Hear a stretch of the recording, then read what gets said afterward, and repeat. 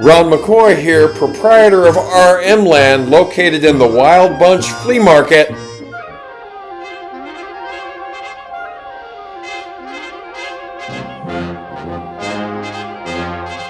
Was that Spider-Man or an employee in the Wild Bunch? I believe it was Spider-Man, a harbinger of things to come as I focus on the history of Marvel Comics. Yes, I'm ready to enter the Wild Bunch, home of RM Land. Great things are coming. Yes, here in RM Land, I sell comic books. Specifically, I sell Marvel Comics. And I'm wondering, what is the history of Marvel Comics? Well, we're going to explore that.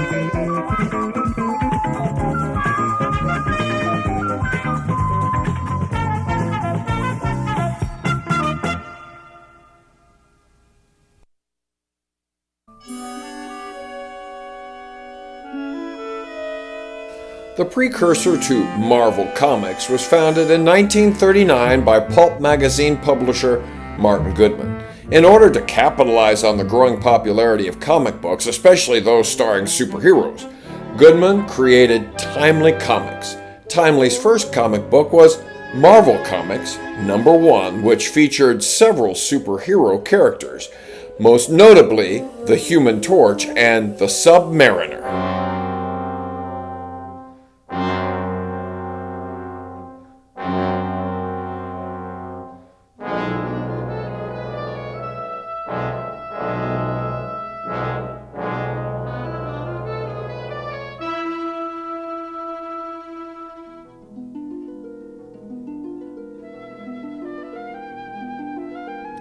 In 1956, rival company DC Comics ushered in the so-called Silver Age of comics by reintroducing superhero titles with significant commercial success. During the time of World War II, superheroes were symbols of the American dream and an inspiration to all. But after the war, these heroes took a major fall from grace, and so did Timely Publications. Goodman reworked his company into Atlas Comics in the 1950s. Instead of stories just about superheroes, the company made a wide variety of comics, from horror and romance to war and even Bible stories. The company followed popular tropes to ensure they would make a profit and avoided trying to make an innovative impact on the market. There was an attempt by the company to revive some of their classic heroes, but in the end they all fell flat. In the early 1960s, Atlas changed its name to Marvel Comics. For several decades, Marvel and DC were the top companies in the industry. In 1961, now renowned writer Stan Lee had an idea of how to revamp their classic heroes for a modern audience. The company was under duress, especially with how their rival, DC Comics, was able to successfully relaunch a new line of heroes. Hi, I'm Stan Lee, editor of the Marvel Comics group of superhero comic magazines. Comic books have been a big business for the past 25 years, and they're bigger than ever today. With this in mind, you'll be interested to know that the Marvel Comics group is the acknowledged leader in monthly sales of all comic magazines published today.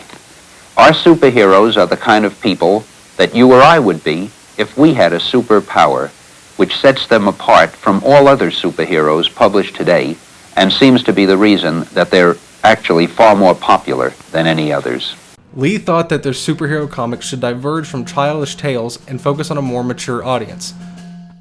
In 1968, Marvel Comics reached a massive national popularity, selling over 50 million comics a year.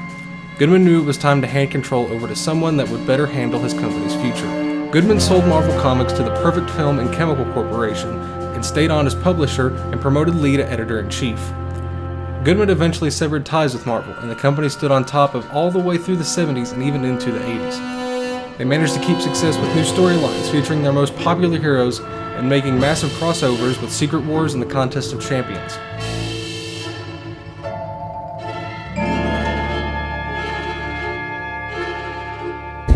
Throughout the years, Marvel changed hands numerous times, becoming a publicly held company in 1991.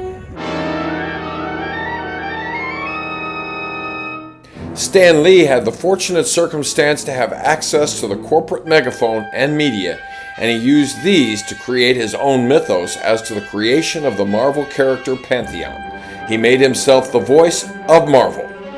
Neil Kirby, Jack's Son, 2023.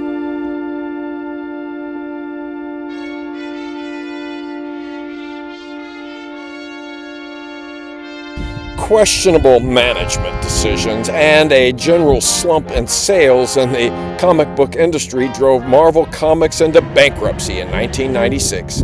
The company emerged from bankruptcy in 1998 and began to diversify its output.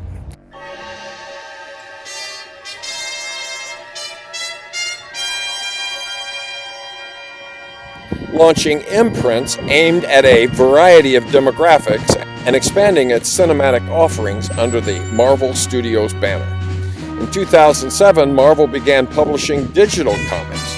In 2009, the Walt Disney Company purchased the parent company of Marvel Comics.